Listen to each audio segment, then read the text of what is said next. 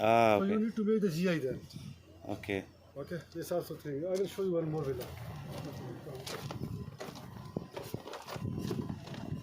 See this one. There is some area we have like this isolator is here. We need the power there because of the drying changes. So we are doing the GI. So again, another This one GI is is coming changed. solar heater is coming here. Okay. Solar geyser for the water. Solar heater. So this GI can do for this. Isolator is there. Power is here. See this for the pump. So all GI bending and everything is our work. Yeah, GI all the road GI you have to finish and send the connection. Come here.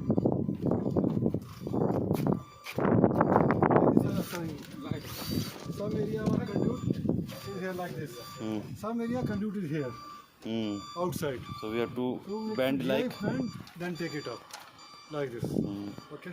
Some area already have conduit inside the wall. Some area we did up before because of changes of the drying. That's very easy.